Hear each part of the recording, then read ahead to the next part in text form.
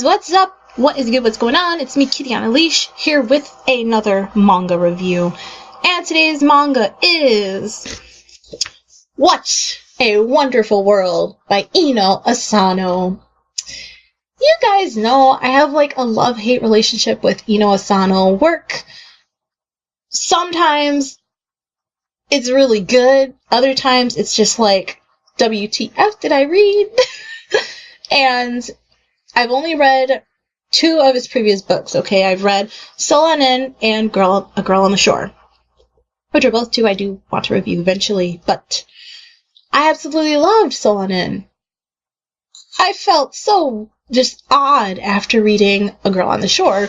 See what I mean? So, anyway, I'm not giving up on him, okay? I want to read more Asano work because he just leaves me feeling interesting. He always leaves an impact on me after I finish reading whatever it is that he wrote, whether it's good, negative, whatever. So, I picked up What a Wonderful World. This is an older manga. It's been out for a good minute, okay? But I wanted to check it out, and it seemed pretty interesting. So, basically, What a Wonderful World is a series of... It's basically 2-volume series. Each chapter is kind of like a mixtape.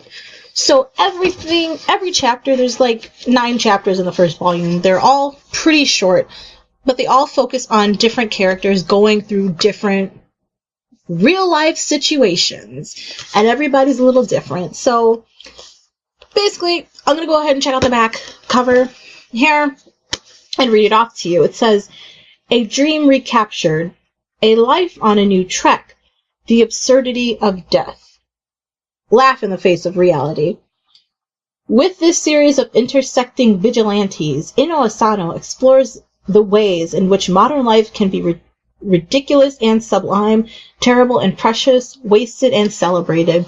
So this is basically, I've only read the first volume, by the way. This is basically an exploration into the lives of different people and different situations. So the art by Asano is always amazing. One thing about that man, he can draw beautifully. Look at this, it's just buildings. They look so good. It's laid out as like a track list. So you have 9 different tracks here, and this is basically a mixtape. You know when you're like at a gas station or something, and a guy comes by and he's like, "Hot new mixtape, here, 3," and you take it. And each song on there might be a little different. He's just trying to get his name out there. I feel like that's kind of how this book is. It's older. I don't know if it's one of his first works or so, but it's interesting. Of course, his style is his own. I've never seen other art styles like Asano. It's his own. I've seen, different artists doing their own thing, and that's exactly what Asano does. So let's just go ahead and talk about some of the different stories that we come across. So for the first track, you're following the story of this woman who is just not, her life is stagnant. She wants to quit school. She wants to join her old band and see what the other guys are doing. And a lot of them have they're doing their own thing. They have corporate jobs. There's maybe one guy who's still a hardcore rocker and everything. And she's just kind of let's just stop doing the whole 9-to-5 thing. Let's get back into stuff like this. Suit and tie? No. So that's kind of the first volume. One thing I will say about Asano's art is that he tends to draw a lot of characters, just basic kind of losery scrub type of characters. He kind of draws them so they all kind of look alike. Like the main character, I read the first volume, and I thought I was reading the story of a man. Not very feminine whatsoever, and it could just be that character because he can do it. This girl got the eyelashes and stuff. It's a female.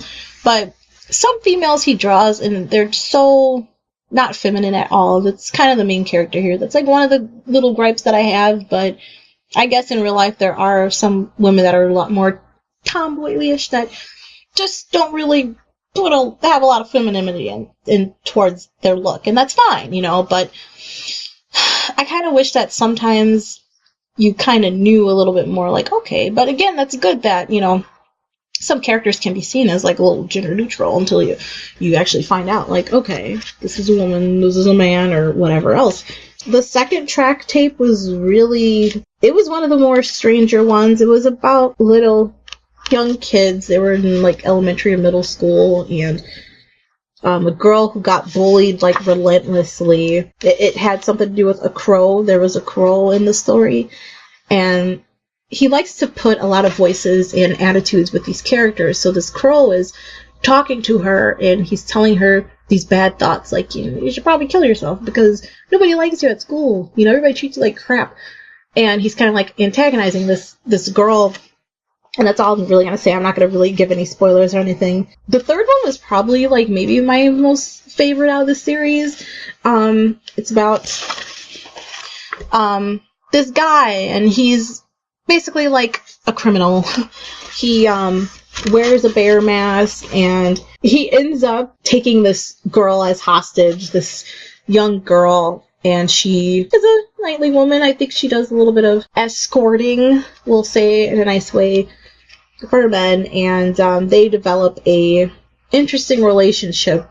She kind of just doesn't care, and he's kind of like, I'm holding you hostage, and do you really value your life that much? And she's just like, I don't know. I've had a tough life. So they kind of bond a relationship through talking and so on and so forth. The fourth track is about this guy here. And he is kind of just getting bogged down by the whole 9-to-5 suit and tie thing. And he used to be a rocker. And it's interesting because some of the characters correlate to other characters in the book. And I believe his story correlates to the first character just a little bit. So, he gets to a point where he's just like, I'm done with this life. And then his woman at home is like, you're stupid. You need to go to work. You need money. You're useless. I don't like you anymore. She comes back the next day. So it's interesting seeing him, throw his money away to go back to chasing that dream of being a rock star again. And then, yes.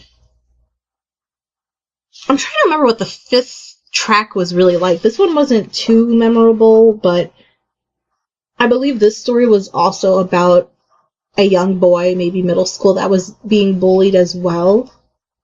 But no. This one was about a boy who was the bully, and he has to speak with the bullied guy, and it wasn't too memorable, but that's the fifth track. The sixth one, I don't even remember what the sixth one was about, so you can just kind of read about that one. And just a lot of the other ones are just kind of like, maybe the last one was probably another one of my favorites. The ninth one was about a crazy guy called Syrup. Like legit syrup, like maple syrup. So yeah, just to not really give any more spoilers about the book, this was interesting. Every story was pretty short. There were some that were obviously a lot more better than others. I wanted to learn more about the characters that felt more realistic to me or were a little bit more relatable. It's interesting how it jumps from, an adult college student to like a young middle school kid, or how it jumps back to older kids. No, there's no characters in here that are like in their like 30s, 40s. Like there's no characters like that. So I would like to see, Asano maybe tackle an older character in one of his books, because I feel like he either does like young, like elementary school kids, or he does like maybe high school, and then like the 20s type of young adults, I guess you can say, characters. But anyway, all in all, I thought this was an okay read. I feel like it's nothing that you have to have in your collection. The cover and everything, very good branding and packaging. This is a Viz signature book, so I don't know if that really means anything to anyone, but this is a really fancy looking book. The texture is really nice. The art, amazing. The stories were interesting. There were a few that I really didn't really care about. I wish some of those were made just a little bit more interesting, or just kind of left out and focused on the more interesting ones. But yeah, I don't know what the second volume is going to hold. I don't know if it's going to continue the story or if it's going to be like new characters or so. But yeah, I mean, this is an okay manga. I would say you don't really need to read it. If anything, check out his other works. This was just kind of like a variety type of book, and it's okay. Maybe if you're gonna buy this, maybe get the second one. Maybe that's what I'm missing.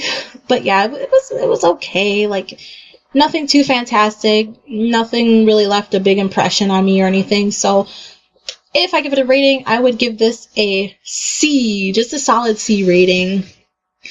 Nothing too interesting. Nothing too terrible. So a C rating. You can skip this. You don't really have to read it. I just thought it would be interesting. I don't know why. It sounded a lot more interesting than it actually was when I got it in my hand. So, yeah, but Asano, this is a pretty good work by him. So, I don't know. Yeah, that was it. So let me know what you think in the comments the comment section down below. And, yeah, I hope you enjoyed this review. Bye!